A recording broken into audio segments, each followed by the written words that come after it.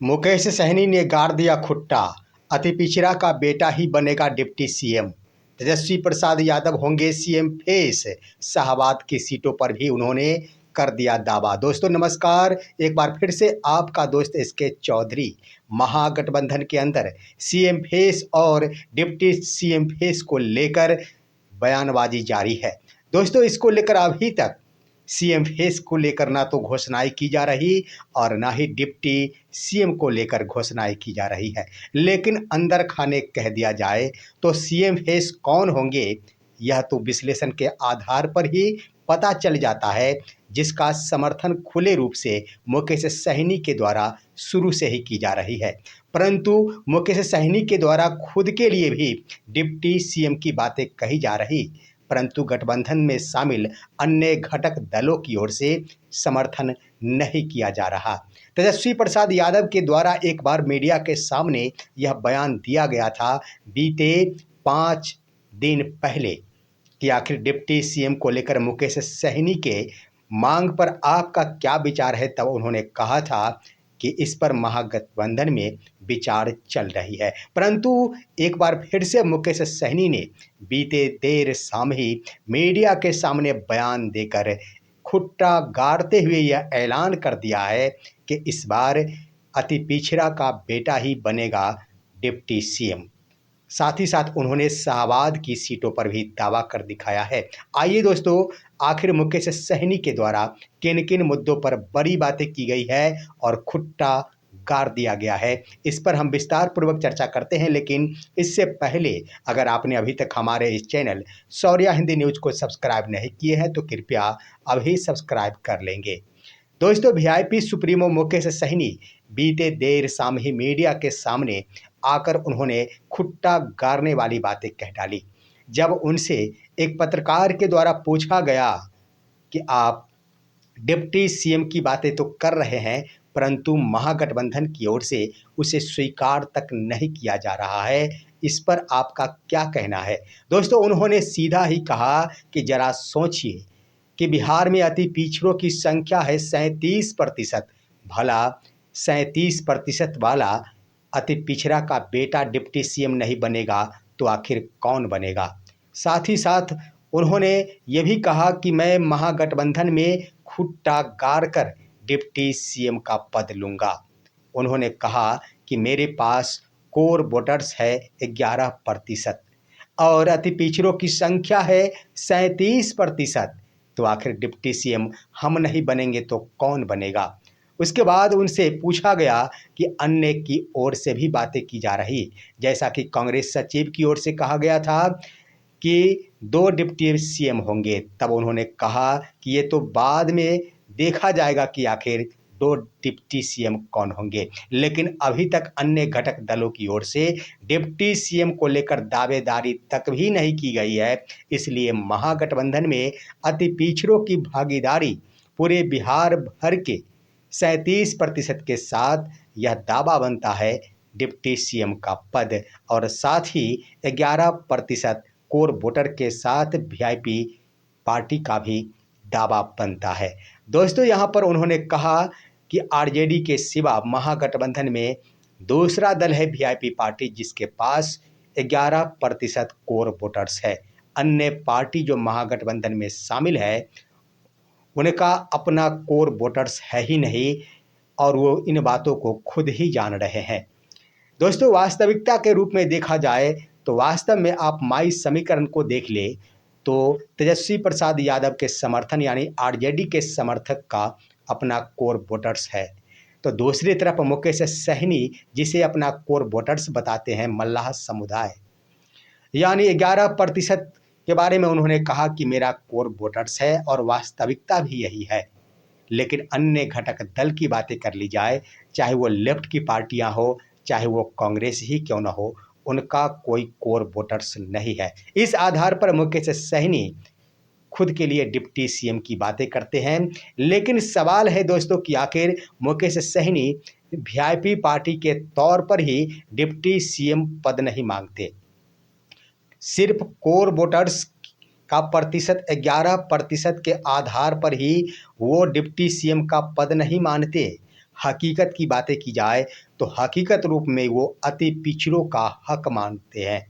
बीते 35 सालों के शासनकाल को आप बिहार में देखेंगे तो अभी तक अति पिछड़ा का कोई डिप्टी सीएम नहीं बना है। दोस्तों, लालू प्रसाद यादव का जब राजकाल शुरू हुआ था 1990 में, उस वक्त से लेकर वर्ष 2005 तक कोई भी डिप्टी सीएम के पद पर अति पिछड़ा समाज का लीडर नहीं रहा। उसके बाद आप मुख्यमंत्री नीतीश कुमार के कार्यकाल, जो 20 वर्षों के कार्यकाल पर आप गौर करेंगे तो इसमें भी कोई अति पिछड़ा का डिप्टी सीएम नहीं रहा। वर्तमान आप इस वर्ष जो बिहार की सत्ता है उस पर गौर करेंगे तो निश्चित रूप से मुख्यमंत्री नीतीश कुमार पिछड़ा वर्ग से आते हैं। उसके बाद दो दो डिप्टी सीएम है, जिसमें एक डिप्टी सीएम है पिछड़ा वर्ग का तो दूसरे डिप्टी सीएम है सामान्य वर्ग का। तो इस तरह से बिहार में पिछड़ा वर्गों की सत्ता, यानी पिछड़े की सत्ता, पिछड़ा वर्ग की सत्ता 35 वर्षों से है, परंतु अति पिछड़ा अभी तक डिप्टी सीएम के पद पर भी नहीं पहुंच पाया है।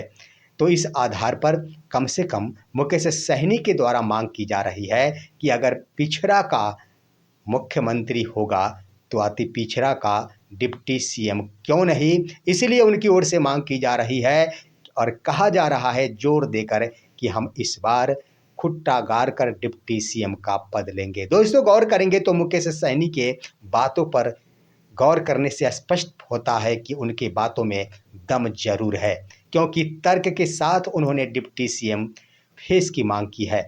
उनका दावा 37% अति पिछड़ों के साथ साथ 11% कोर वोटर्स के साथ है।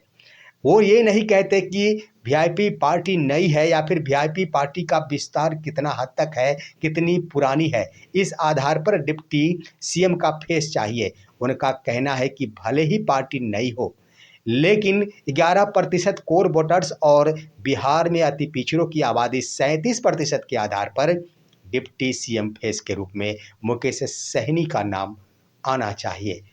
उसके बाद उनसे पूछा गया कि अगर आपका नाम डिप्टी सीएम के रूप में नहीं लिया जाता है तब आप क्या करेंगे, जिसका जवाब देते हुए कहा कि महागठबंधन में अगर सीएम फेस को लेकर चुनाव होगा तो डिप्टी सीएम फेस को लेकर भी चुनाव होगा, जिसमें मेरा ही नाम आएगा।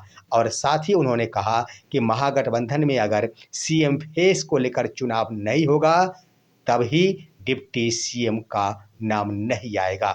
तो दोस्तों, बड़ा ही अच्छा जवाब दिया गया उनकी ओर से और जो काफ़ी तर्कपूर्ण जवाब था। उसके साथ साथ उन्होंने शाहबाद की सीटों पर भी दावा दिखा दिया है।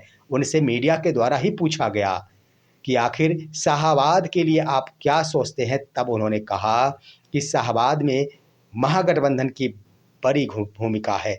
22 सीटों में से 20 सीटों पर वर्तमान में महागठबंधन काबिज है। और उन्होंने कहा कि मैंने समन्वय समिति के पास जो सीटों की लिस्ट सौंपी है उसमें शाहबाद की कई सीटें भी शामिल है, चाहे वो आरा, बक्सर इत्यादि क्यों न हो। तो इस आधार पर शाहबाद की सीटों पर ही दावा उन्होंने ठोक दिया है और इससे वीआईपी कार्यकर्ता जिनकी पकड़ और ख़ास रूप से बक्सर हो या फिर आरा हो इत्यादि शाहबाद की सीटों पर जो अपनी दावेदारी कर रहे हैं उन्हें उन्होंने मजबूती प्रदान कर दी है। साथ ही उन्होंने एक बड़ा भी बयान दिया है कि इस बार चुनाव इस तौर पर लड़ा जाएगा महागठबंधन की ओर से कि हमें सरकार बनानी है। दूसरी तरफ आप गौर करेंगे दोस्तों तो तेजस्वी प्रसाद यादव को लेकर पहले व्यक्ति है जो मुकेश सहनी, जिन्होंने शुरू से ही सीएम फेस को लेकर राजद के प्रति और तेजस्वी प्रसाद यादव के प्रति अपना समर्थन दिखाया है। उसके बाद आप गौर करेंगे तो अब सुर में सुर मिलाने के लिए चले आए हैं लेफ्ट की पार्टियां। हालांकि खुले तौर पर तेजस्वी प्रसाद यादव सीएम फेस होंगे ऐसा किसी भी लीडर के द्वारा, महागठबंधन के घटक दलों के कोई भी लीडर के द्वारा नहीं कहा जाता। यहाँ पर छुपे शब्दों में ही बयानबाजी की जाती है, लेकिन सिर्फ मुकेश सहनी ही एक ऐसे लीडर हैं जो तेजस्वी प्रसाद यादव के लिए तर्कपूर्ण तरीकों से सीएम फेस बताते हैं। वो कहते हैं कि महागठबंधन का सबसे बड़ा घटक दल है राजद और आरजेडी में सबसे बड़ा अगर कोई लीडर है तो तेजस्वी प्रसाद यादव तो भला सीएम फेस दूसरा कौन हो सकता है। बिल्कुल ही तेजस्वी प्रसाद यादव के साथ साथ खुद के लिए भी मुकेश सहनी तर्कपूर्ण तरीकों से बातें करते हैं और उनका कहना भी मेरे विश्लेषण के आधार पर बिल्कुल सत्य है। और राजनीतिक गलियारों में भी यह खबर चल रही है कि जो भी मुकेश सहनी के द्वारा बयानबाजी की जाती है वह तर्कपूर्ण तरीकों से की जाती है। दोस्तों, आपका तर्क क्या कहता है? अपना तर्क भी कमेंट के माध्यम से दीजिए। हमारे इस वीडियो को लाइक कीजिए, अन्य दोस्तों के पास शेयर कीजिए और अब दीजिए अपने दोस्त को इजाज़त। हम फिर मिलेंगे आपसे अगले वीडियो में, तब तक के लिए नमस्कार।